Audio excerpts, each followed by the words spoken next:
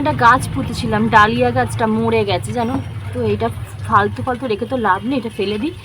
আর এখানে আমি দুটো দানা ফেলে দিই, দেখি এখান থেকে গাছ বেরোয় কিনা।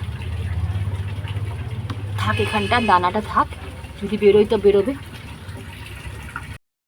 তো বন্ধুরা, তোমরা দেখতেই পেলে যে আমি টবের মধ্যে দুটো সূর্যমুখীর দানা ফেললাম।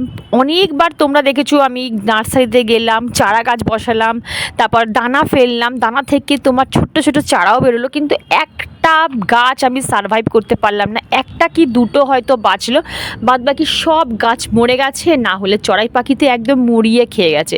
মনটা না খুব ভেঙে গেছিলো। খুব আশা করে ভেবেছিলাম যে আজকে এইবার আমি সূর্যমুখীর বাগান করব, যা করতে পারলাম না। নেক্সট বছর চেষ্টা করবো একটু অন্যরকমভাবে ট্রাই করার, মানে একটু মানে একটু শেডে ফেডে নিয়ে গিয়ে রাখার।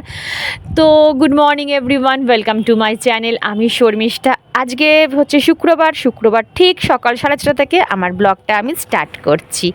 আশা করি বন্ধুরা তোমরা খুব ভালো আছো।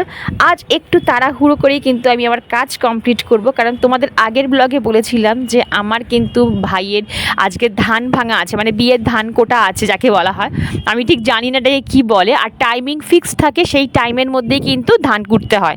তো টাইমিং হচ্ছে ওই 11টার থেকে বোধহয় স্টার্ট। তো ওই জন্য খুব তাড়াহুড়ো করছি, আর দেখি মাথা ঠান্ডা করে যেটুকু পারবো সেটুকু করব। নিয়ম মাফিক সব কাজ করতে গেলে কি বলতো, কাজ ঠিকঠাক হবেও না, মানে সম্পূর্ণ করতে পারবোও না। আর সময় মতন, সবচেয়ে বড় কথা কি বলতো, সময় মতন আমি মা বাড়ি পৌঁছাতে পারবো না। তো বন্ধুরা, আজকে আমি ফার্স্ট কী করেছি জানো, রান্নাঘরে ঢুকে গেছি। এখনও কিন্তু আমার ক্লিনিং ডাস্টিং কিচ্ছু হয়নি, তোমরা দেখলে। ওর মধ্যে আমি কী করেছি, ডাটাটা সেদ্ধ করতে বসিয়ে দিয়েছি, আর মাছটা ধুয়ে আমি মাছটার মধ্যে নুন হলুদ মাখিয়ে দিয়ে এসেছি। এরপরে কী করব, মাছ ভাজতে বা রান্না করতে করতে আমি একটা ঘর ডাস্টিং করে নেব। তো বন্ধুরা, ওখানে আমি রান্নাটা চাপিয়ে দিয়েছি, এসেছি মেস স্টাডি রুমটা ক্লিন করতে। তো মেস স্টাডি রুমটা ক্লিন করার পর তারপর আমি ডাইনিংটা করব, তারপর বেডরুমটা করব, মানে এইভাবে স্টেপ বাই স্টেপ করব। যদিও আজকে মানে স্টেপ বাই স্টেপ ঠিকঠাক করা হচ্ছে না, যখনই যেটা হাতের সামনে পাচ্ছি সেটাই আমি এখন করে নেওয়ার চেষ্টা করছি। আমার আচ্ছা, ডাস্টিং করতে করতে আজকে একটা সাবস্ক্রাইবার বন্ধুর আমি আনসার দেবো, কমেন্টে আনসার দেবো। আর আমি ঠিক আনসার দিলাম কি ভুল আনসার দিলাম, তোমরা কিন্তু অবশ্যই আমাকে নেক্সট ব্লগে কমেন্ট করে বলবে।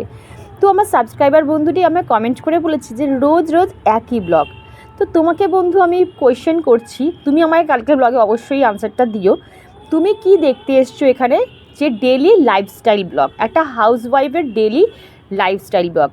তো একটা হাউসওয়াইফ এই সব সংসারের এই সব কাজ ছাড়া আর কি কি কাজ করতে পারে, তুমি আমাকে অবশ্যই কমেন্ট করে বলো, তাহলে আমি সেই সব কাজ করার চেষ্টা করব। আমার থেকে অনেক বড় বড় যারা ব্লগার, যারা ডেইলি লাইফস্টাইল ব্লগ করে, তারা এই সব জিনিসই কিন্তু দেখায়। হ্যাঁ, হাইফাই যারা ব্লগার তারা ডেইলি শপিং করছে, ঘুরতে যাচ্ছে, আউট অফ স্টেশন যাচ্ছে, আউট অফ ইন্ডিয়া ঘুরতে যাচ্ছে। এইটা তো আমার পক্ষে ডেইলি দেখানো সম্ভব না, কারণ আমি তো মিডিল ক্লাস হাউসওয়াইফ। আমি আমার মিডিল ক্লাস কাজগুলোই কিন্তু তোমাদের সাথে শেয়ার করার চেষ্টা করি। আর আমি আমার বন্ধুদের প্রত্যেক দিন কোনো না কোনোভাবে মোটিভেট করার চেষ্টা করি।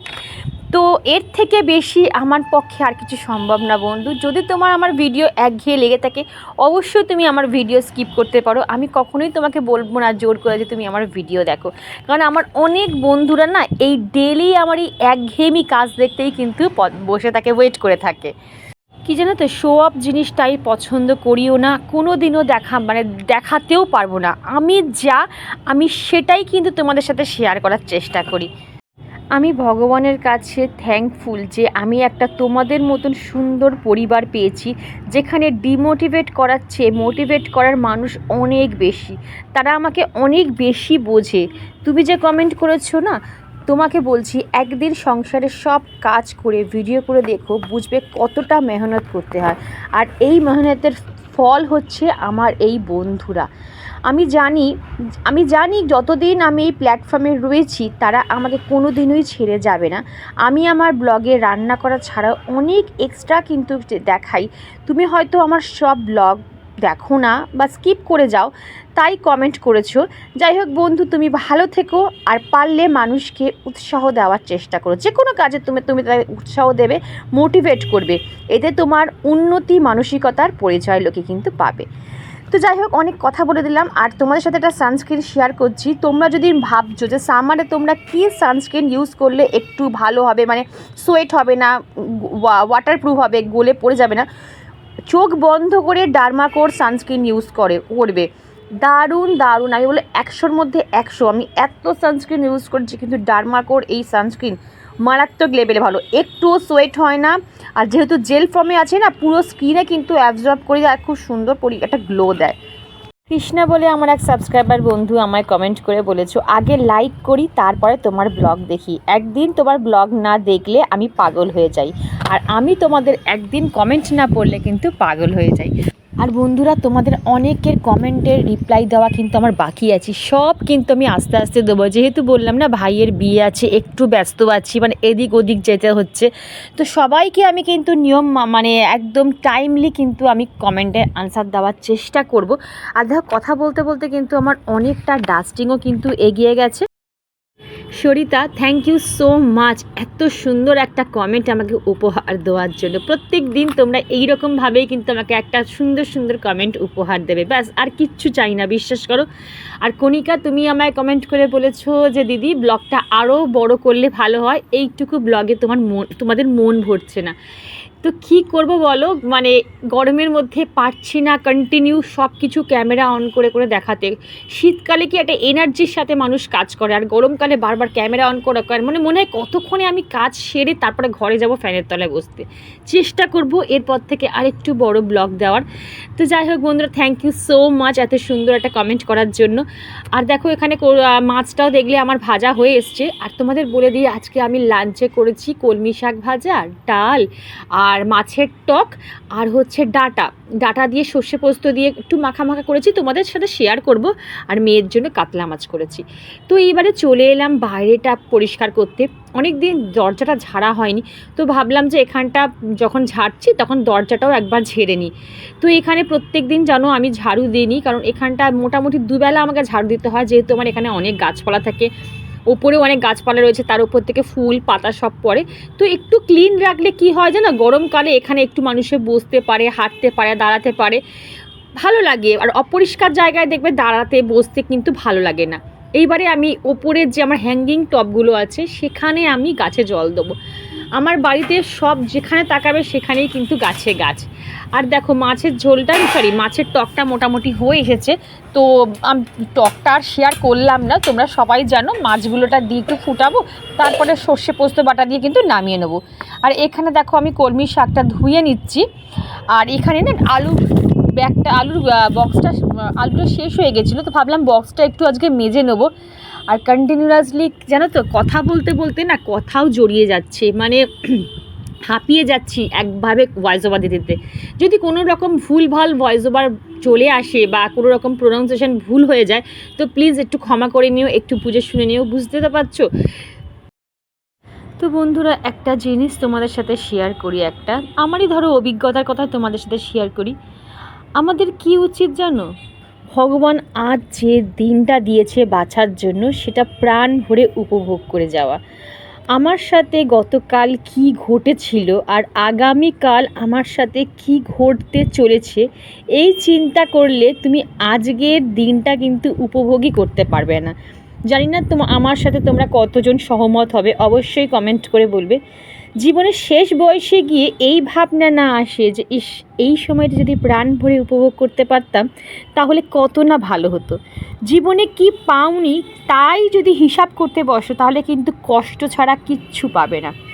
যদি একদিন কিছু ভালো পেয়ে থাকো জীবনে, ধরো কোনো দিন তোমার জীবন, প্রত্যেক দিনের তো কিছু না কিছু আমাদের ভালো কিছু অল্পর মধ্যেও ঘটে, সেটাকে বারবার রিভার্স করার চেষ্টা করবে, সেটাকে মনে আনা করবে যে এই দিনটা আমার সাথে এইভাবে কেটেছিল, এত সুন্দর ভালোভাবে কেটেছিল, এইটা অ্যাচিভ করতে পেরেছিলাম, এখানে যেতে পেরেছিলাম, এইগুলো মনে রিভার্স করার চেষ্টা করবে। দেখবে তুমি অনেক সুখে শান্তিতে থাকতে পারবে।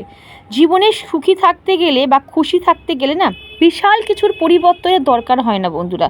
ছোট ছোট জিনিস যদি আমাদের জীবনে সুইচ করতে পারি না, তাহলে আমরা কিন্তু অনেক বেশি হ্যাপি। বন্ধুরা, কথা বলতে বলতে কিন্তু আমার এখানে আমি পেঁয়াজ ফোড়ন দিয়েছি, রসুন ফোড়ন দিয়েছি, তারপর সর্ষে দিয়েছি আর শুকনো লঙ্কা দিয়েছি, তারপরে দিলাম কলমি শাকটা। দারুণ লাগে, তোমরা জানো যে সর্ষে ফোড়ন দিয়ে আর একটু রসুন ফোড়ন দিয়ে যদি কলমি শাক খাওয়া যায় ব্যাপক খেতে লাগে। আর নামানোর আগে দিয়েছিলাম একটু কাসুন্দি। আমি কলমি শাক আর লাল শাকে কিন্তু একটু কাসুন্দি ছড়িয়ে খেতে খুব ভালোবাসি, এতে টেস্টটাও কিন্তু ভীষণ ভালো হয়।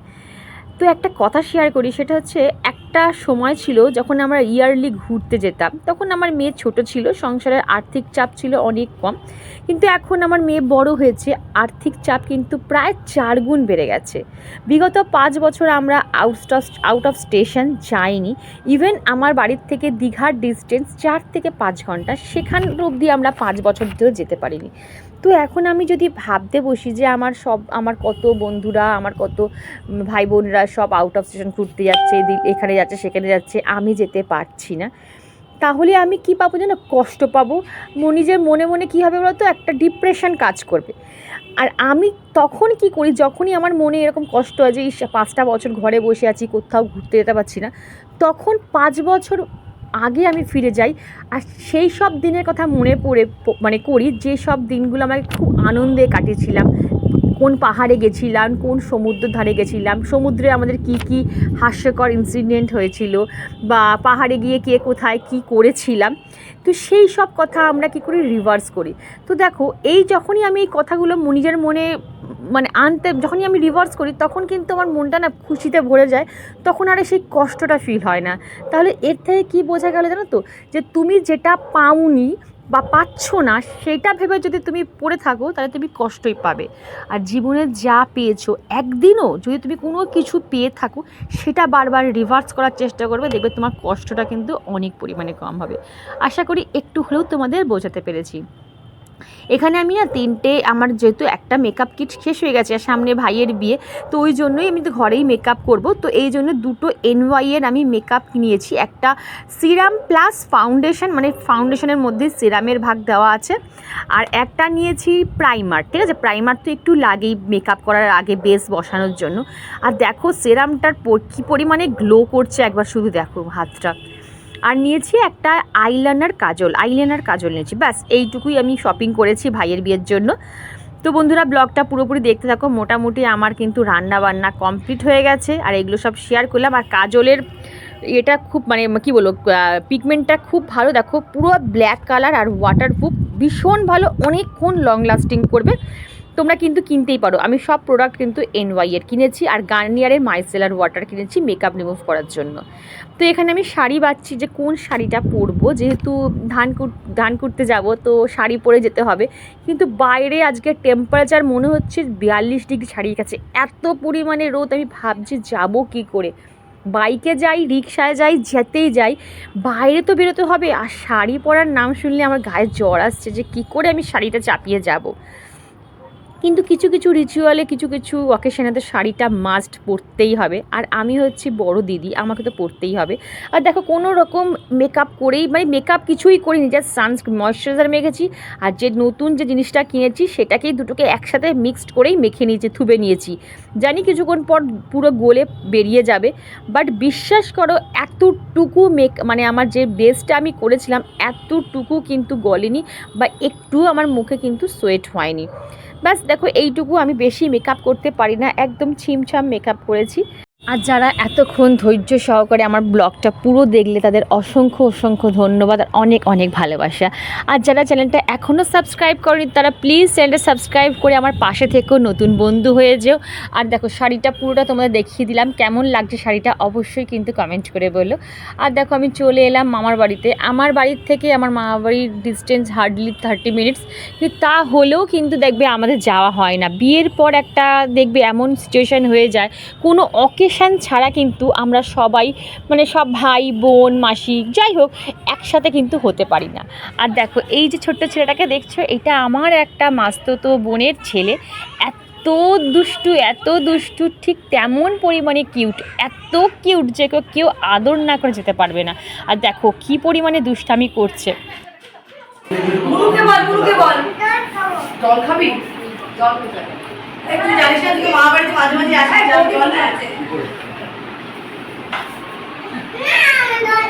জল খাবে, আমি নিয়ে আসি। মজা দেখেছি ওর কিন্তু এইটা যদি আমি দেখে বললেই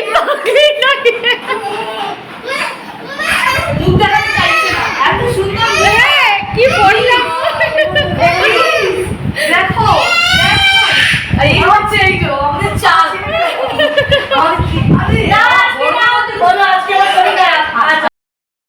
কেন তো সমস্যাটা কোথায় তোর? এরপর তো হিন্দি গান চলবে না, ওই জন্য তো এরপর দাদু দিদি ডান্স করে হবে, তাই তো পাপা?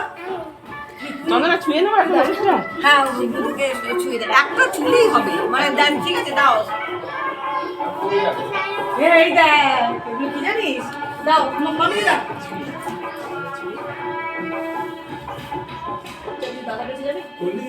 আগে তো করি না, আগে তো করি না। বলছি এই আবার বলতে গেলে নামছেই না, কি করবো?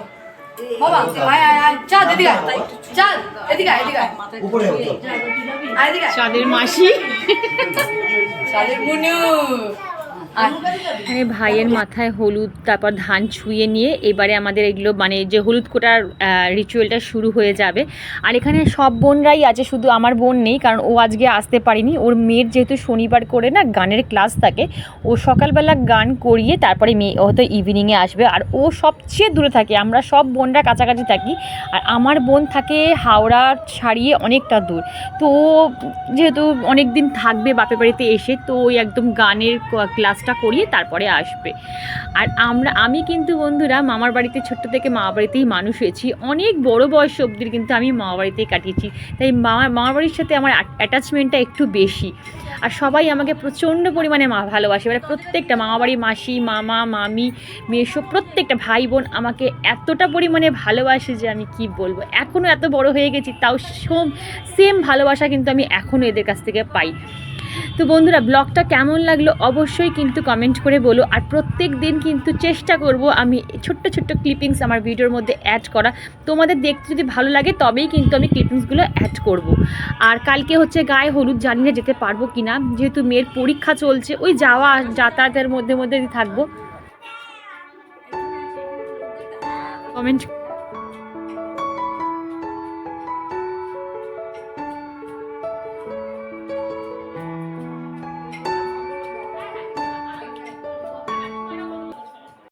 গুড ইভিনিং বন্ধুরা, এখন প্রায় 7টা বেজে গেছে। মেয়েকে এখন এই কমপ্ল্যান দিয়ে, দুধ দিয়ে আর বিস্কিট দিয়ে আসবো। আর এখানে দেখো আমি দেখাচ্ছি, এখানে আমি ভাতে জল ঢেলে দিয়েছি, আলু সেদ্ধ দিয়ে দিয়েছি, কারণ কদিন ধরে রাতে এই জল ঢালা ভাতই খাওয়া হচ্ছে, ঠিক আছে। আর আমি ছাদে হাফ এডিট করে চলে এলাম, কারণ মেয়েকে খাওয়াবো। আর হচ্ছে যে একটু মেথি মৌরি ভেজাবো, প্রত্যেকটা দিনেই মেথি মৌরি ভেজাচ্ছি। এখন যা গরম পড়েছে, এখন আর অল্টারনেট ডে করছি না, প্রতিদিনই করছি। তারপরে আবার ছাদে যাব, লাস্ট যে ব্লগ মানে যেটুকু এডিট বাকি আছে সেইটুকু করব। এটা এখন ভেজাচ্ছি না, নামিয়ে রেখে দিচ্ছি, রাতের বেলা জল ঢালবো। এখন যদি এটাকে ভিজিয়ে রেখে দিই না, সকালে পুরো ভেপসে যাবে গরমের জন্য। থাক, এটা একটু পরে জল দিয়ে ভিজিয়ে নেবো। তো চলো মেয়েকে খাইয়ে আসি, তারপর আবার কন্টিনিউ করছি ব্লগটা। আর এখানে দেখো মা অ্যাকোরিয়াম পরিষ্কার করছে। আমি বললাম যে মা এই গরমের মধ্যে অ্যাকোরিয়াম পরিষ্কার করো না, সেই করছে। আর কত বড় আমাদের এই অ্যাকোরিয়ামটা দেখো, এই মা আছে বলে এটা আমি রেখেছি, নাহলে সত্যি কথা আমার পক্ষে সম্ভব না এই গরমের মধ্যে। আর জলটা দেখো কী অবস্থা, ড্রাই ফ্রুট দিই তো জলের মধ্যে কী অবস্থা। বেশি দিন এই জলে রাখলেও আবার মাছগুলো মরে যাচ্ছে, গরমে হিট হয়ে যাচ্ছে। তো বুঝছি আজকে নাই করতে পারতে মা। আর এখানে সেই মাছগুলো দেখি মা, আর মাছগুলো এখানে রয়েছে দেখি মা। আর দেখি এখানে মাছগুলো রয়েছে, অনেক মাছ ছিল, সব মরে গেছে। তো চলো আমি আবার ছাদে যাই, গিয়ে ব্লগটা এন্ড করি। তো বন্ধুরা মামার বাড়ির থেকে এসে আমি আর ভিডিওটা কন্টিনিউ করতে পারিনি, মানে ক্যামেরা অনই করতে পারিনি। এত পরিমাণে শরীরটা খারাপ লাগছিলো, আর তেমন পরিমাণে মাথা যন্ত্রণা করছিলো।